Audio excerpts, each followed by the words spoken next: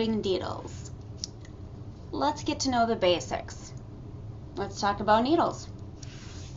So what are rooting needles? Simply put, rooting needles are a tool to help you add hair, eyelashes, and even eyebrows if you're skilled enough for your art dolls. Some will even refer them to felting needles. However, when rooting, we most often only use a few varieties. Safety first. Needles are extremely sharp and very delicate.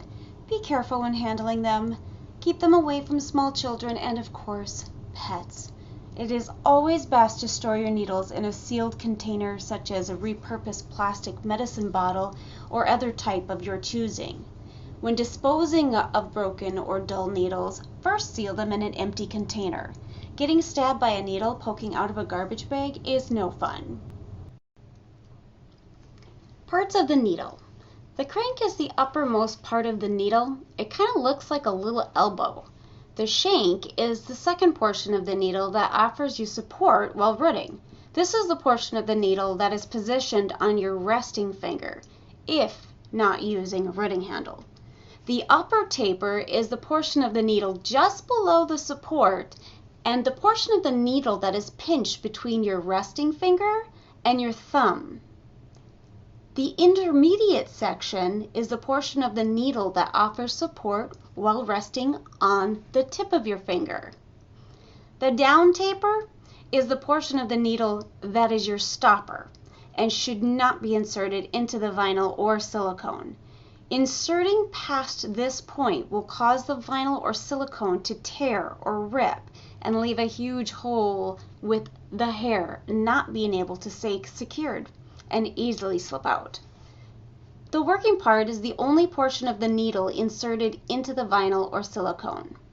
The point is the portion of the needle that will pierce the vinyl or silicone. Gauge of needles. So what exactly does gauge mean and why does it even matter? Gauge means the diameter or size of the needle. Unlike what you might expect, the higher the number gauge is, the smaller or finer the needle will be, resulting in the holes being the smallest or most natural. Styles of needles. First thing you'll need to decide on is what style of needle do you want to work with. Keep in mind, not all needles offer the same benefits or abilities to root all hair types. Ultimately, it'll be up to you on what feels most natural while using and which style works best for you. You will find 4 types of needles: triangular, star, spiral, and forked. Triangular needles have 3 edges on the working part of the needle with a tapered point. Star needles have 4 edges on the working part of the needle with a tapered point.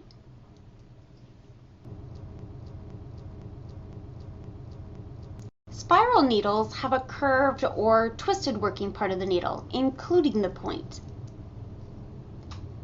Forked needles are a bit different, as the working part of the needle is more of a rectangular shape with soft edges. The point is seamless and in line with the working part of the needle, having a concave or forked tip. Forks don't have any barbs. Types of needles. Not to get confused with styles of needles. Types are focused on the kind of catching mechanism the needle has, not the overall shape of the working area. You'll find 4 types of categories: crown, notched, single barb, and forked.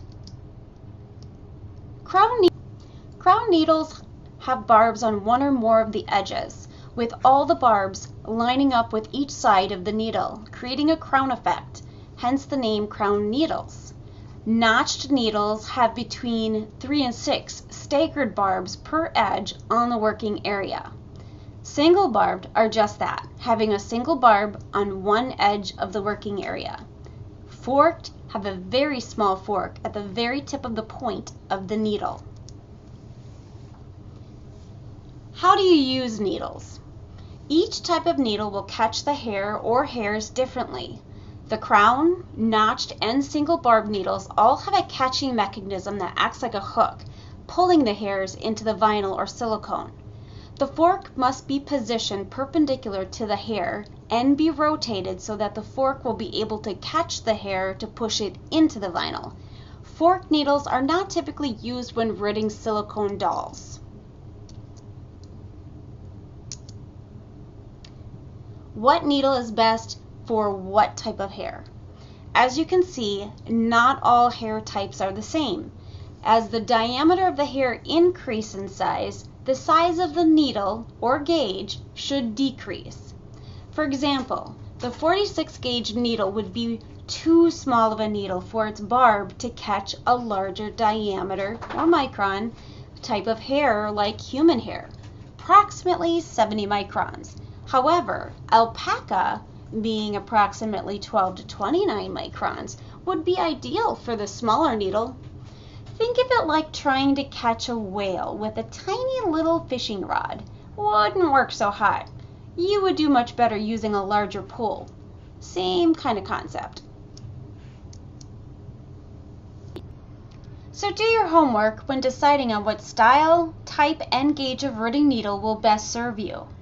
Think of the ridding style you'll be doing. Stab and job, micro, mono ridding, double-ended, what kind of hair you'll be working with, alpaca, yearling, human. What kind of hairstyle you're wanting to achieve? Curly, sparse, basic, thick. What is the age of the doll you'll be working on? Preemie, newborn, toddler? There are endless possibilities you can achieve once you understand what ridding needles are and how they work. So get out there and get creative. Thanks for watching, and if you haven't done so already, make sure you like and subscribe to our channel, as we'll have lots of videos coming up so that they can help you become a better ridder and a better reborn artist.